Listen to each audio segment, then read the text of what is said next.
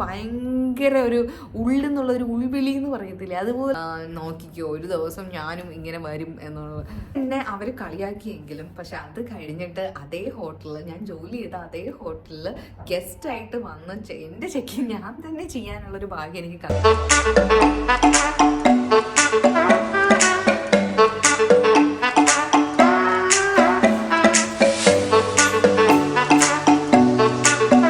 അങ്ങനെ ഇരിക്കുന്ന സമയത്ത് എൻ്റെ അങ്കിളിൻ്റെ ഒരു അകന്ന റിലേറ്റീവ് ഒരു അങ്കിൾ ഇവിടെ ഉണ്ടായിരുന്നു, ബഹ്റിനിലുണ്ടായിരുന്നു.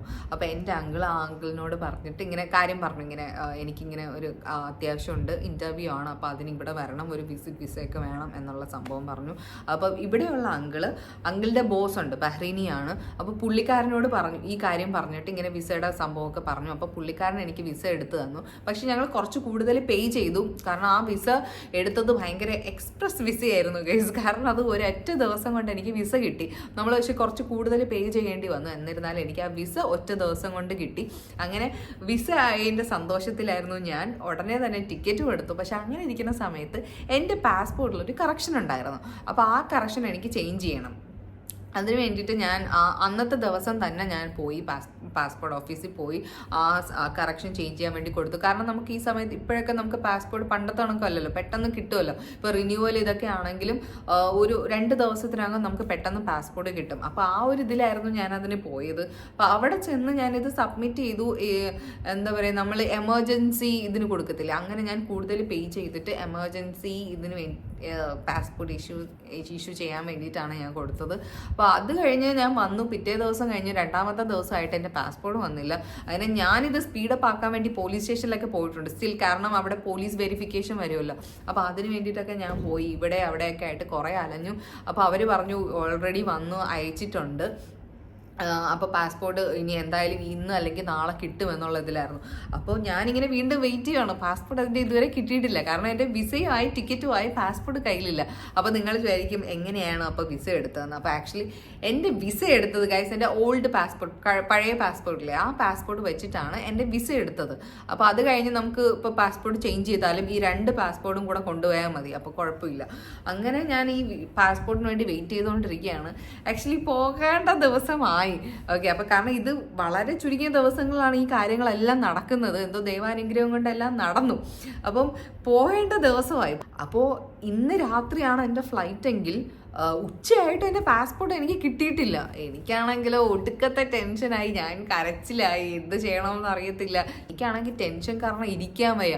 അവസാനം ഞാൻ പോസ്റ്റ് ഓഫീസിലൊക്കെ അന്വേഷിച്ച് പോയി, പോസ്റ്റ്മാൻ അന്വേഷിച്ച് പോയി. കാര്യം എന്നപ്പോൾ പോസ്റ്റ്മാൻ്റെ കയ്യിൽ പാസ്പോർട്ട് കിട്ടി, പുള്ളിക്കാരൻ അഡ്രസ്സ് മാറി ഇങ്ങനെ കൊണ്ട് നടക്കുമായിരുന്നു. അങ്ങനെ ഉച്ച കഴിഞ്ഞപ്പോഴാണ് എനിക്ക് എൻ്റെ പാസ്പോർട്ട് കിട്ടി. ഇത് എനിക്കുള്ളതാണെങ്കിൽ ഇത് എനിക്ക് കിട്ടും, അതിനിപ്പോൾ എന്ത് പ്രതിസന്ധി വന്നാലും ശരി എനിക്കിത് കിട്ടിയിരിക്കും എന്നുള്ള ഭയങ്കര ഒരു ഉറപ്പ് എനിക്കുണ്ടായിരുന്നു. ആ ഒരു ഉറപ്പിൻ്റെ പുറത്താണ് ഞാൻ പ്രാർത്ഥിച്ചുകൊണ്ടിരുന്നത്, ഞാനിങ്ങനെ ഓരോ കാര്യങ്ങൾ ചെയ്തുകൊണ്ടിരുന്നത്.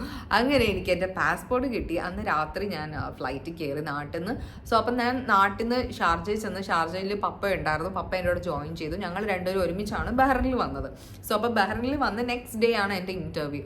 അപ്പോൾ ഞാൻ വന്നു, നാട്ടിൽ നിന്ന് എല്ലാം പ്രിപ്പയർ ചെയ്തിട്ടാണ് വന്നു ഇൻ്റർവ്യൂ അറ്റൻഡ് ചെയ്തു. അപ്പോൾ നെക്സ്റ്റ് ഡേ ഞാൻ ഇൻ്റർവ്യൂവിന് പോയി. അപ്പോൾ അവിടെ ചെല്ലുമ്പോഴത്തേനും അവിടുത്തെ സെക്യൂരിറ്റിയിൽ ഫസ്റ്റ് നമ്മുടെ നെയിം ഉണ്ടായിരിക്കണം, അവരുടെ ലിസ്റ്റിൽ നെയിം ഉണ്ടായിരിക്കണം, എങ്കിൽ അവർ അകത്ത് വിടത്തുള്ളൂ.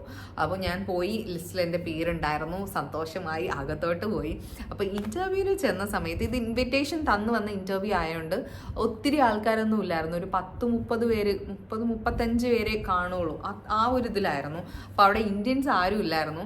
ഇൻ്റർവ്യൂവിന് ചെന്നപ്പോൾ സത്യം പറഞ്ഞാൽ എല്ലാവരെയും കണ്ടെൻ്റെ കിളി പോയി. കാരണം ഇന്ത്യൻസ് ആരും ഇല്ല, എല്ലാവരും യൂറോപ്യൻസാണ്. ലൈക്ക് യൂറോപ്യൻസ് ഉണ്ടായിരുന്നു, യുക്രൈനിയൻസും മൊറോക്കൻസും അങ്ങനെയായിരുന്നു എല്ലാവരും ഉണ്ടായിരുന്നു. അപ്പോൾ അവരെല്ലാവരും കണ്ടപ്പോൾ തന്നെ വാവ് എന്നുള്ള ലുക്കിലായിരുന്നു. ഞാനിവിടെ എന്താ പറയുക, അത്ര കോൺഫിഡൻ്റ് അല്ലായിരുന്നു ഞാൻ ഇവരെയൊക്കെ കണ്ട സമയത്ത്. കാരണം അറിയാലോ ആ സമയത്ത് ഞാൻ ഇങ്ങനെയൊന്നും അല്ല കേസ്, ഇത്രയും ഒരു ഇതൊന്നും അല്ലായിരുന്നു.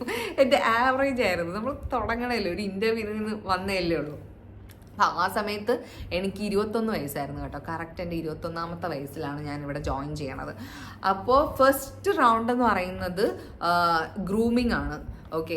കാരണം CV ഒക്കെ അവർ ഓൾറെഡി നമ്മുടെ നിന്ന് മേടിച്ചു. ഫസ്റ്റ് പോയപ്പോൾ CV ഒക്കെ മേടിച്ചായിരുന്നു. അത് കഴിഞ്ഞിട്ടുള്ളതാണ് ഗ്രൂമിങ്ങിൻ്റെ റൗണ്ട് ഉണ്ടായിരുന്നു. അപ്പോൾ ഗ്രൂമിങ്ങിന് കൊണ്ടുപോകുമ്പോൾ നമ്മൾ പോയിട്ട് അവർ നമ്മുടെ വെയിറ്റും ഹൈറ്റും ഒക്കെ ചെക്ക് ചെയ്യും. എന്നിട്ട് എന്തെങ്കിലും വിസിബിൾ ആയിട്ടുള്ള ടാറ്റൂസ് ഒക്കെ ഉണ്ടോ എന്ന് നോക്കും, മാർക്കോ, സ്കാർസ് അങ്ങനെ എന്തെങ്കിലും ഉണ്ടോ എന്ന് നോക്കും.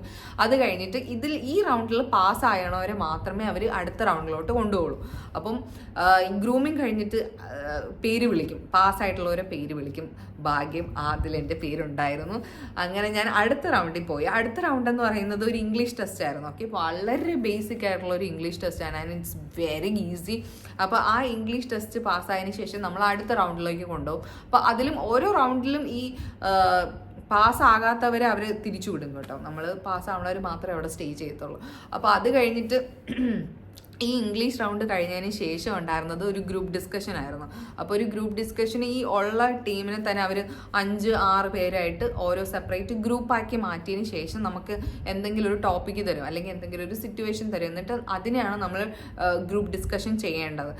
ഈ ഗ്രൂപ്പ് ഡിസ്കഷനിൽ നമ്മൾ ശ്രദ്ധിക്കേണ്ട ഏറ്റവും വലിയ കാര്യമാണ് അത്. കാരണം അവർ ഈ ഗ്രൂപ്പ് ഡിസ്കഷനിൽ നമ്മുടെ അടുത്ത് നിന്ന് അവർക്ക് വേണ്ടതെന്ന് വെച്ചാൽ നമ്മൾ നല്ലൊരു ടീം പ്ലെയർ ആണോ എന്ന് അവർ നോക്കും, നമ്മൾ നല്ല ലിസണർ ആണോ എന്ന് അവർ നോക്കും കേട്ടോ. അങ്ങനെ കർത്താവ് അനുഗ്രഹിച്ച് ഞാൻ അതും പാസ്സായി. ആ ഗ്രൂപ്പ് ഡിസ്കഷൻ കഴിഞ്ഞിട്ട് അതേ ഗ്രൂപ്പിൽ നിന്ന് തന്നെ ഒരു ഗ്രൂപ്പ് ഉണ്ട്, നമ്മൾ 5 പേര് ഒരുമിച്ചിരുന്നിട്ട് ആണ് ഇൻ്റർവ്യൂ. അവർ ഓരോരുത്തരായിട്ട് ഇങ്ങനെ ചോദിച്ചു ഒരുമിച്ചുള്ള ഒരു ഇൻ്റർവ്യൂ ആയിരുന്നു. അതും വളരെ ബേസിക് ആയിട്ടുള്ള ഇൻ്റർവ്യൂ ആണ്. അവർ എന്താ ചോദിച്ചാൽ അവർ എൻ്റെ അടുത്ത് ചോദിച്ചത് വൈ യു ചൂസ് ഗൾഫെയർ, പിന്നെ why you choose like aviation, അങ്ങനെയുള്ള ക്വസ്റ്റ്യൻസ് ആണ് ചോദിച്ചത്. അപ്പോൾ അത് കഴിഞ്ഞതിന് ശേഷം അതൊന്നും സെലക്ട് ആവണവർക്ക് ലാസ്റ്റ് ഇൻ്റർവ്യൂ ആണ്. അത് പേഴ്സണൽ ഇൻ്റർവ്യൂ ആണ്. ഓക്കെ, തനിയെ നമ്മൾ ഒറ്റയ്ക്ക് ചെയ്യണ ഇൻ്റർവ്യൂ ആയിരുന്നു. കർത്താവ് അനുഗ്രഹിച്ച് ആ ഇൻ്റർവ്യൂവും എനിക്ക് നന്നായിട്ട് പെർഫോം ചെയ്യാൻ പറ്റി. ആദ്യമൊക്കെ എനിക്ക് അത്ര ഒരു കോൺഫിഡൻറ്റ് ഇല്ലായിരുന്നു, പക്ഷേ ഞാൻ ഓരോ റൗണ്ട് പോകെ എനിക്ക് എന്തോ ഒരു കോൺഫിഡൻറ്റ് വന്നു. ഞാൻ കുറച്ചുകൂടി കോൺഫിഡൻ്റ് ആയി. അപ്പം ഞാൻ ഈ ഇൻ്റർവ്യൂവിന് സത്യം പറഞ്ഞിട്ടുണ്ടല്ലോ ഏറ്റവും കൂടുതൽ പ്രിപ്പയർ ചെയ്തിട്ട് പോയത് എൻ്റെ സെൽഫ് ഇൻട്രൊഡക്ഷനാണ്. ഓക്കെ, കാരണം നിങ്ങളുടെ ഞാൻ പറഞ്ഞില്ലേ, കാരണം ആ സമയത്ത് ഞാൻ അങ്ങനെ ഭയങ്കര ഫ്ലുവൻ്റ് ഒന്നും അല്ല ഇംഗ്ലീഷിൽ. അറ്റ്ലീസ്റ്റ് എനിക്ക് ചെയ്യാൻ പറ്റുന്ന കാര്യം എന്ന് പറഞ്ഞാൽ എന്നെക്കുറിച്ചുള്ള കാര്യങ്ങൾ ഞാൻ നല്ല അടിപൊളിയായിട്ട് പഠിച്ചുകൊണ്ട് പോവുക എന്നുള്ളതായിരുന്നു. കാരണം അവരെന്ത് ചോദിച്ചാലും എനിക്ക് പറയാൻ പറ്റണം, എന്നെക്കുറിച്ച് ചോദിച്ചാൽ എനിക്ക് പറയാൻ പറ്റണം എന്നുള്ളൊരു സംഭവമായിരുന്നു. സോ അപ്പോൾ ഞാൻ ഏറ്റവും കൂടുതൽ തറവായിട്ട് ഞാൻ പഠിച്ചുകൊണ്ട് പോയത് എൻ്റെ സെൽഫ് ഇൻട്രൊഡക്ഷനാണ്. അതുകൊണ്ടാണെന്ന് തോന്നുന്നു എനിക്ക് കൂടുതൽ നല്ല കോൺഫിഡൻ്റ് ആയിട്ട് എനിക്ക് സംസാരിക്കാൻ പറ്റും. കാരണം അവർ ഭയങ്കര ക്വസ്റ്റ്യൻസ് ഒന്നും ചോദിക്കത്തില്ല, അവർ ചോദിക്കുന്നത് ഏറ്റവും സിമ്പിളായിട്ടുള്ള കാര്യങ്ങളായിരിക്കും. അപ്പം ഈ ഇത്രയും റൗണ്ട്സ് കഴിഞ്ഞതിന് ശേഷം എനിക്ക് തോന്നുന്നു ഒരു 7-8 പേരെ ബാക്കി വന്നോളൂ. സത്യം പറഞ്ഞാൽ എനിക്ക് തോന്നുന്നു 8 പേരൊക്കെ ഉണ്ടായിരുന്നുള്ളൂ. ബാക്കി ലാസ്റ്റ് ഇൻ്റർവ്യൂ വരെ എത്തിയത് ഇത്ര പേരെ ഉണ്ടായിരുന്നുള്ളൂ കേട്ടോ. അത് കാരണം വേറെ ആരെയും ഞാൻ കണ്ടില്ലായിരുന്നു, ഞങ്ങൾ ഇത്ര പേരെ ഉണ്ടായിരുന്നുള്ളൂ. എന്നിട്ട് ഞങ്ങളോട് പറഞ്ഞു, അപ്പോൾ ഈ ഇത്രയും ഇൻ്റർവ്യൂസ് ഒക്കെ ഇവിടെ കഴിഞ്ഞിട്ടുണ്ട്, ഇനി ഇതിൽ നിന്ന് സെലക്ട് ആവുകയാണെങ്കിൽ നിങ്ങൾക്ക് ഞങ്ങൾ മെയിൽ അയക്കും എന്നുള്ളതേ പറഞ്ഞോളൂ, വേറെ ഒന്നും പറഞ്ഞില്ല. അങ്ങനെ ഞങ്ങൾ അവിടെ നിന്ന് തിരിച്ചു വന്നു. സോ നെക്സ്റ്റ് ഡേ ഞാൻ നാട്ടിലേക്ക് തിരിച്ചു വന്നു. അവരുടെ നിന്ന് പ്രത്യേകിച്ച് ഒരു റിസൾട്ടും എനിക്കില്ലായിരുന്നു, മെയിലോ കോളോ ഒന്നും വന്നില്ല. ഞാൻ നാട്ടിൽ വന്നു, വെയിറ്റ് ചെയ്തിരിക്കുകയായിരുന്നു ഗൈസ്. അങ്ങനെ ഞാൻ വെയിറ്റ് ചെയ്തിരുന്ന് 2 ദിവസം കഴിഞ്ഞപ്പോൾ ഗൈസ് വന്നു, ആ മെയിൽ വന്നു. ഞാൻ സെലക്റ്റഡ് ആയി എന്ന് പറഞ്ഞിട്ടുള്ള മെയിൽ വന്നു. അങ്ങനെ എനിക്ക് ഭയങ്കര സന്തോഷമായിരുന്നു. കാരണം എന്താ പറയുക, നമ്മൾ സ്വപ്നം കണ്ട ഒരു സംഭവം നമ്മുടെ കയ്യിലേക്ക് വരുമ്പോൾ ഒരു എന്താ പറയുക, ആ സമയത്തുള്ളൊരു എക്സൈറ്റ്മെൻറ്റും ആ ഒരു സമയത്തുള്ളൊരു സന്തോഷം ഉണ്ടല്ലോ, അത് എത്ര പറഞ്ഞാലും അതത്ര മനസ്സിലാക്കാൻ പറ്റുമെന്ന് എനിക്കറിയത്തില്ല. കാരണം അത്രയും സന്തോഷം എനിക്കുണ്ടായിരുന്നു. അപ്പോൾ അത് കഴിഞ്ഞ് പിന്നെയുള്ള പ്രോസസ്സൊക്കെ ഭയങ്കര എളുപ്പമായിരുന്നു. കാരണം അത് കഴിഞ്ഞ് അവർ അതിൻ്റെ കൂടെ കുറേ ഫോംസ്, ആപ്ലിക്കേഷൻ ഫോംസ് ഒക്കെ അറ്റാച്ച് ചെയ്ത് തന്നിട്ടുണ്ടായിരുന്നു. കാരണം അതൊക്കെ നമ്മൾ ഫില്ല് ചെയ്ത് അയച്ചു കൊടുക്കണം, ദെൻ എൻ്റെ മെഡിക്കൽ ചെയ്യണം. അപ്പോൾ ഇത്രയും ചെയ്ത് കഴിയുമ്പോഴായിരിക്കും അവർ വിസയും ടിക്കറ്റും ഒക്കെ അയച്ചു തരുന്നത്. അങ്ങനെ ഞാൻ പോയി എൻ്റെ മെഡിക്കൽ ചെയ്തു. അപ്പോൾ ഇതിൻ്റെ ഇടയിൽ എനിക്ക് ജോലി റിസൈൻ ചെയ്യണം, കാരണം ഈ റെസിഗ്നേഷൻ ഫോം ഞാൻ ഇതിൻ്റെ കൂടെ വെക്കണമായിരുന്നു. അങ്ങനെ ഞാൻ താജിലെ ജോലി എൻ്റെ റിസൈൻ ചെയ്തിട്ട് ഞാൻ വീണ്ടും ഒരു മാസം എനിക്ക് എടുത്തു കേട്ടോ. കാരണം അടുത്ത ഈ വിസ ടിക്കറ്റൊക്കെ വരാൻ വേണ്ടിയിട്ട് 1 മാസം എടുത്തു. കാരണം അതും എനിക്കൊരു ഭയങ്കര ടെൻഷനായിരുന്നു. കാരണം അതുവരെ എനിക്ക് ഞാൻ മെഡിക്കലൊക്കെ അയക്കണ വരെയും എനിക്ക് എല്ലാ ദിവസവും അല്ലെങ്കിൽ 2 ദിവസം കൂടുമ്പോഴൊക്കെ ഓരോ അപ്ഡേറ്റ് ഒക്കെ ഇങ്ങനെ വരുമായിരുന്നു, മെയിലൊക്കെ വരുമായിരുന്നു. പക്ഷെ ഞാൻ മെഡിക്കൽ അയച്ചതിന് ശേഷം പിന്നെ എനിക്ക് ഒരു അനക്കവും ഇല്ല ഗൈസ്. ഒരാഴ്ച എനിക്ക് ഒരു അനക്കവും ഇല്ലായിരുന്നു. രണ്ടാഴ്ചയായിട്ട് എനിക്ക് ഒരു അനക്കവും ഇല്ലായിരുന്നു. ഒരു മെയിലും വന്നില്ല, ഒന്നും വന്നില്ല. അപ്പം ഞാൻ വീണ്ടും ടെൻഷനായി. കാരണം കർത്താവ്, ഞാൻ എൻ്റെ കയ്യിലിരുന്ന പൈസയൊക്കെ മുടക്കി പോവുകയും ചെയ്തു, കയ്യിലുണ്ടായിരുന്ന ജോലിയും കളഞ്ഞു, ഈ ജോലിക്ക് വേണ്ടി ഇരിക്കുവാണ്, എന്താവും എന്നുള്ളൊരു അറിയത്തില്ലായിരുന്നു. അങ്ങനെ ഇരുന്ന സമയത്ത് ഒരു ദിവസം വീണ്ടും എനിക്ക് അടുത്ത മെയിൽ വന്നു. എൻ്റെ വിസയും ടിക്കറ്റും ഒക്കെ ആയിട്ട് അവർ അയച്ചു തന്നു. അപ്പോൾ 2 ദിവസം എനിക്ക് ഉണ്ടായിരുന്നുള്ളൂ. 2 ദിവസം കഴിഞ്ഞ് എനിക്ക് കയറിപ്പെടണം. കാരണം ടിക്കറ്റ് അവർ തരണമല്ലോ, അവർ അയച്ചു തരുന്ന ഡേറ്റിന് അവരുടെ ആ ടിക്കറ്റിനാണ് നമ്മൾ പോകേണ്ടത്. സോ അങ്ങനെ ഞാൻ എൻ്റെ പെട്ടിയൊക്കെ പാക്ക് ചെയ്തു, ഞാൻ പോയി. അപ്പോൾ ഇതിൽ ഞാൻ പറയാൻ പറ്റ ഒരു സംഭവം എന്ന് വെച്ചാൽ, ഇതിന് സ്വിമ്മിങ് വേണം. ഗൾഫിൽ സ്വിമ്മിങ് മസ്റ്റാണ്. ഓക്കെ, അവർ സ്വിമ്മിങ് ടെസ്റ്റ് ഉണ്ട്. പക്ഷേ എനിക്ക് സ്വിമ്മിങ് അറിയത്തില്ലായിരുന്നു ഗൈസ്. അപ്പോൾ എൻ്റെ ഭാഗ്യം വെച്ചാൽ ആ ഇൻ്റർവ്യൂവിന് പറഞ്ഞ സമയത്ത് അവർ സ്വിമ്മിങ് ടെസ്റ്റ് ഉണ്ടായിരുന്നില്ല. അവർ ചോദിച്ചു സ്വിം ചെയ്യാൻ അറിയാമോ എന്ന്. ഞാൻ അറിയാമെന്ന് വളരെ അന്തസ്സായിട്ട് കള്ളം പറഞ്ഞു. എന്തോ ഒരു ധൈര്യം, പഠിക്കാം എന്നുള്ളൊരു ധൈര്യമായിരുന്നു. അങ്ങനെ ഞാൻ തിരിച്ച് വന്നിട്ട് ഈ 1 മാസം ഗ്യാപ്പ് ഉണ്ടായിരുന്നല്ലോ, എനിക്ക് ഈ സെലക്റ്റഡ് ആയി എന്ന് പറഞ്ഞ മെയിൽ വന്നല്ലോ. അതിനുശേഷം ഞാൻ എല്ലാ ദിവസവും സ്വിമ്മിങ് ക്ലാസ്സിന് പോകാൻ തുടങ്ങി.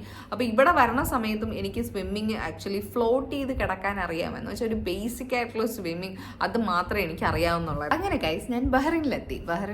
അപ്പോൾ എയർപോർട്ടിൽ എന്നെ പിക്ക് ചെയ്യാൻ വേണ്ടിയിട്ട് ഒരാളുണ്ടായിരുന്നു. അപ്പോൾ പുള്ളിക്കാരി എന്നെ പിക്ക് ചെയ്ത് എന്നെ അക്കോമഡേഷനിൽ കൊണ്ട് ഡ്രോപ്പ് ചെയ്തു. അപ്പോൾ അക്കോമഡേഷനിൽ വന്നപ്പോൾ എൻ്റെ കൂടെ ഇൻ്റർവ്യൂവിനുണ്ടായിരുന്ന 2-3 പേരൊക്കെ കണ്ടു. ഞങ്ങളൊരു 13 പേരുണ്ടായിരുന്നു ഒരു ബാച്ചിൽ. അങ്ങനെ ഞാൻ എല്ലാവരെയും പരിചയപ്പെട്ടു. അവിടെ നിന്ന് ഞങ്ങൾക്കൊരു 2 മാസത്തോളം ട്രെയിനിങ് ആയിരുന്നു കേട്ടോ, ഇനീഷ്യൽ ട്രെയിനിങ് ആയിരുന്നു. അപ്പോൾ ആ സമയത്താണ് ഞാൻ ആക്ച്വലി സ്വിമ്മിങ് ടെസ്റ്റ് ഒക്കെ ചെയ്തത്.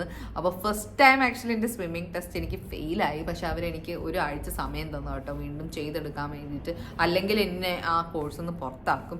അങ്ങനെ ഞാൻ കഷ്ടപ്പെട്ട് ഈ 1 ആഴ്ച കൊണ്ട് വീണ്ടും സ്വിമ്മിങ് പഠിച്ചു. ഞാൻ സ്വിമ്മിങ് ടെസ്റ്റ് പാസ്സായി. കാരണം ഗൾഫ് എയറിൽ സ്വിമ്മിങ് ടെസ്റ്റ് എന്ന് പറയും നമ്മൾ 15 മീറ്റേഴ്സ് അൺഎയ്ഡഡ് ആയിട്ട് നീന്തണം. കാരണം ലൈഫ് ജാക്കറ്റ് ഒന്നും ഇല്ലാണ്ട് നമ്മൾ നീന്തണം. അത് കഴിഞ്ഞിട്ട് അവർ ആ കോഴ്സ് കണ്ടിന്യൂ ചെയ്യിപ്പിക്കത്തുള്ളൂ കേട്ടോ. അതുകൊണ്ടാണ്.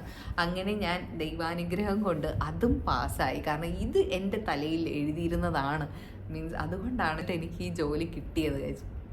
അപ്പോൾ അങ്ങനെ ഞങ്ങൾക്ക് 2 മാസത്തോളം, ഓൾമോസ്റ്റ് 2 മന്ത്സ് എന്ന് പറയാം, ഒരു 2 മാസത്തോളം ഞങ്ങൾക്ക് ഇനീഷ്യൽ ട്രെയിനിങ് ആയിരുന്നു. അത് കഴിഞ്ഞിട്ടാണ് ഞങ്ങൾ ഫ്ലൈയിങ് സ്റ്റാർട്ട് ചെയ്യുന്നത്. അപ്പോൾ 2 മാസം നമുക്ക് ആക്ച്വലി ഫുള്ള് സേഫ്റ്റി ട്രെയിനിങ് ആണ്. ഈ സേഫ്റ്റിയും പിന്നെ ഉള്ളത് ഫയർ ഫൈറ്റിങ്ങും ഫസ്റ്റ് എയ്ഡും ഇതിൻ്റെയൊക്കെ ട്രെയിനിങ് ആണ് നമുക്ക് ഇത്രയും മാസങ്ങൾ, ഈ 2 മാസത്തോളം ഉള്ളത്. അത് കഴിഞ്ഞിട്ട് നമുക്ക് എക്സാംസ് ഒക്കെ ഉണ്ട്. അതൊക്കെ പാസ്സായി കഴിയുമ്പോഴാണ് നമ്മൾ ഒഫീഷ്യലി ഫ്ലൈയിങ് ആവുന്നത്. And I am so grateful for that. അതായിരുന്നു എൻ്റെ ക്യാബിൻ ക്രൂ ജേർണി. അപ്പോൾ അത് കഴിഞ്ഞിട്ട് ഇപ്പോൾ 7 years ആയി ഞാൻ ഗൾഫ് എയറിൽ ഫ്ലൈ ചെയ്യാണ്. And I am so grateful for that. എനിക്ക് എന്താ പറയുക, ഒത്തിരി രാജ്യങ്ങൾ കാണാൻ പറ്റി, ഒത്തിരി ട്രാവൽ ചെയ്യാൻ പറ്റി, ഒത്തിരി എക്സ്പ്ലോർ ചെയ്യാൻ പറ്റി, കുറേ പുതിയ ആൾക്കാരെ മീറ്റ് ചെയ്യാൻ പറ്റി. അതിലൊക്കെ ഞാൻ എന്നും കർത്താവിനോട് അത്രയും നന്ദിയുള്ളവളാണ്. കാരണം എൻ്റെ ജീവിതത്തിൽ ഞാൻ ഒട്ടും പ്രതീക്ഷിക്കാത്ത, അല്ലെങ്കിൽ ഞാൻ എൻ്റെ ആഗ്രഹമായിട്ട് മാത്രം നിന്ന കാര്യങ്ങൾ എൻ്റെ ജീവിതത്തിൽ നടന്നു. അപ്പോൾ അതിലൊക്കെ എന്താ പറയുക, ഇപ്പോഴും ചില സമയത്തൊന്നും എനിക്ക് വിശ്വസിക്കാൻ പറ്റത്തില്ല എൻ്റെ ലൈഫിൽ ഇങ്ങനെയൊക്കെയാണ്, അല്ലെങ്കിൽ എൻ്റെ ലൈഫിൽ ഇത്രയും ഞാൻ മറിഞ്ഞു, എൻ്റെ ലൈഫിൽ ഇത്രയും മാറ്റങ്ങളുണ്ടായി, അല്ലെങ്കിൽ ഇത്രയും കാര്യങ്ങൾ എൻ്റെ ലൈഫിൽ നടന്നു, ഞാൻ ആഗ്രഹിച്ച കാര്യങ്ങളെല്ലാം എനിക്ക് കിട്ടി എന്നുള്ളൊരു സംഭവം എനിക്ക് ഇപ്പോഴും വിശ്വസിക്കാൻ പറ്റാത്തൊരു കാര്യമാണ്. അതിന് ഞാൻ കർത്താവിന് എന്നും നന്ദി പറയുന്ന ഒരു കാര്യമാണ്. അപ്പോൾ എല്ലാവർക്കും ഇന്നത്തെ ഈ വീഡിയോ ഇഷ്ടപ്പെട്ടു എന്ന് ഞാൻ പ്രതീക്ഷിക്കുന്നു. ഇഷ്ടപ്പെട്ടിട്ടുണ്ടെങ്കിൽ please do like, share and subscribe. And അടുത്തൊരു വീഡിയോ ആയിട്ട് കാണുന്നത് വരെ stay tune. God bless you all. Bye bye.